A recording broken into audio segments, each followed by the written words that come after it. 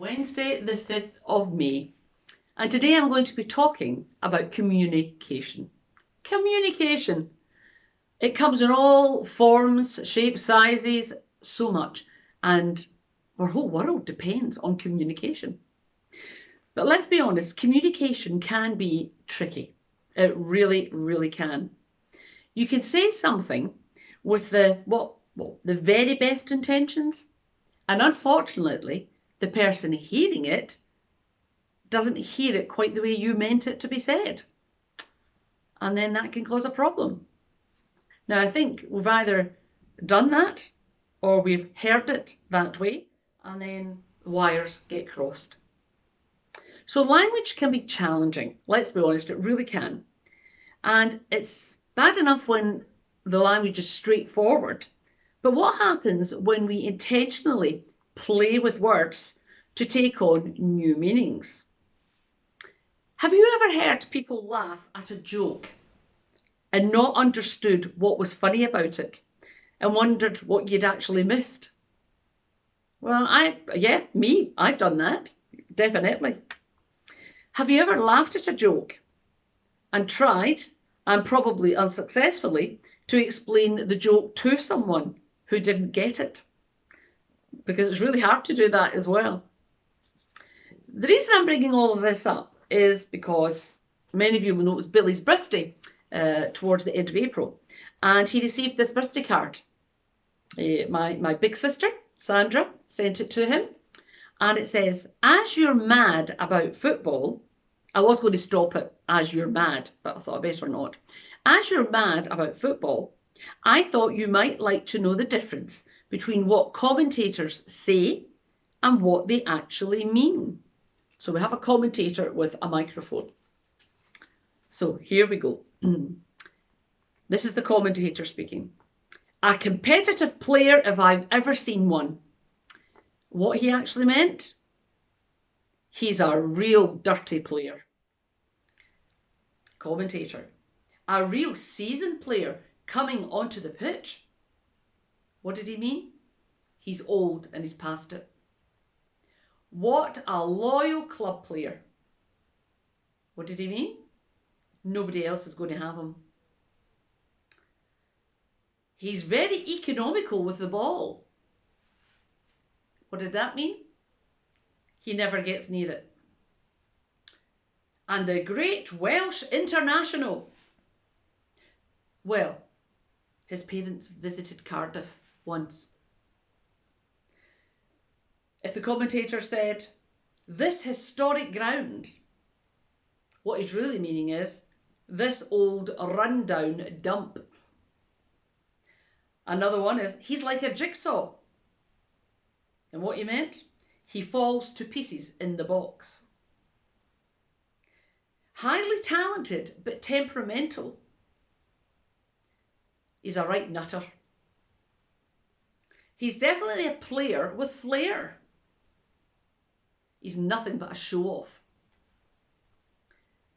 That can be best described as an interesting match, says the commentator. What he really meant was, never seen anything so boring in my life. And the last one, he's an instinctive player. What he meant, more luck than judgment. I must admit, when I read the card, I found it funny. I really, really liked it. It appealed to my sense of humour. Has anybody ever said to you, "Now don't take this personally"? Well, what are they really meaning by saying that is, "Yeah, I'm getting at you." Do you not think so? One of the other sayings is, you've done pretty well for someone who what? Who's a woman? Who's a young person? Who's an older person? Yeah, they were meaning something else there. With all due respect. Yeah, let's not even go down the route of that one. Not a good saying for that one. What if somebody was saying to you, "Oh, you're wearing a new outfit"? Well, to me, that is, what on earth did you buy that for? Because it doesn't suit you. you've got a new hairstyle, it's different. Yeah, that means they don't like it. You've got such a dry sense of humour. And you just think, oh, just go away. Just go away, person. Now, that wasn't quite what I was thinking of. Yeah, that means I really, really don't like, and why on earth did you let me look at that? That's not what I was looking for. Take it away. So communication can be taken in so many different ways, can't it? And of course, we are very close to our friends in Hungary, and communication for them is slightly more difficult because a number of them are excellent, and I mean excellent in English. I mean, they could be native English speakers, but a number of them, of course, struggle a little bit, and some don't speak English at all. So when we're over there or they're over here, we always have to have the translator, and that's Mihai, of course. He is the translator that does it, and it's hard work for him. He's very, very good at English, but he's the translator, and we really need him to help us. However, one of the first years that the Hungarians came over to visit us, there was a lovely lady called Cotty, and she went to stay with Mabel Martin. Now, Mabel spoke no Hungarian. Now, there's a surprise. But Cotty spoke no English. And it was just the two of them in the house. But they managed to communicate, and they got on like a house on fire. They had a real good time together. Must have been a bit difficult, but they worked through it, and with their gestures, their hand signals, and whatever else. So it just shows you communication can be good that way. When we were in Switzerland and when the Swiss were over here, well, that wasn't just so difficult because I think all the Swiss spoke English. And then when we were over there, especially, well, Karen and I can understand a little bit of the Swiss German, and we can also speak a little bit as well, Karen Liddell and I. So it wasn't just so difficult to communicate with the Swiss. And when I was in Malawi, of course, sometimes, as you all know, during my sermons or my talks, I put in a wee joke or two. And I was warned that the jokes that we have here do not work over there. Unfortunately, the joke that I did try to tell, no, it didn't work as a joke. They thought it was actually real, but it did affect how they were living. So it was meant to be a joke, but it was taken seriously, but could be taken seriously. So it didn't fall on deaf ears. So that wasn't too bad, but it could have been awful because what we like as jokes and how we speak is different from another country. So my question for today is, how do you communicate with your family and your friends? And what do you communicate to them? Well, I know what I communicate to my family. I'm pretty sure of it. And I really should ask them, but I'm pretty sure I know what I project to them with the way I speak, the way I act, and what I do.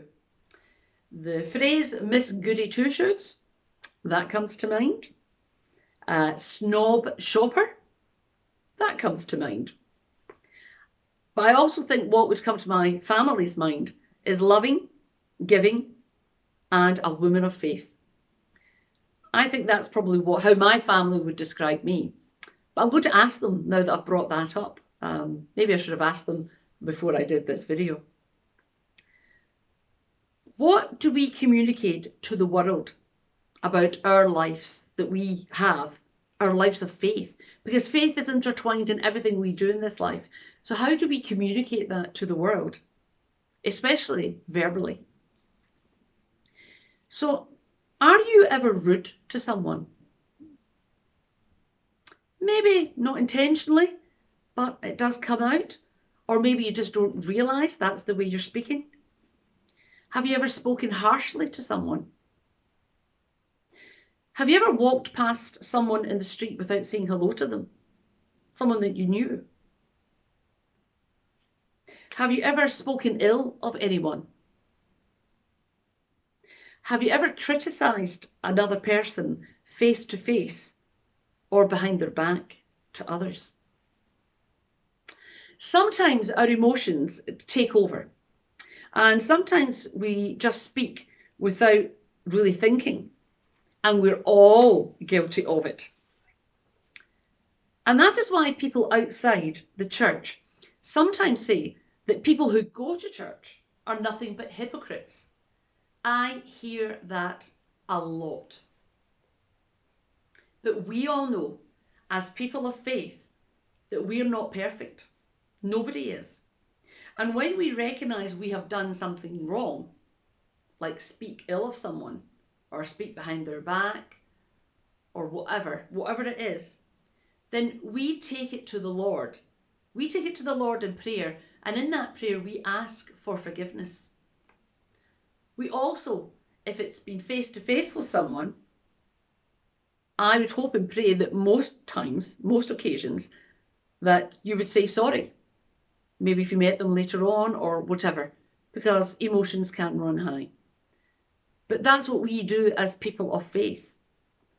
We're not perfect. We do get things wrong, but we take it to the Lord in prayer and we say we're sorry.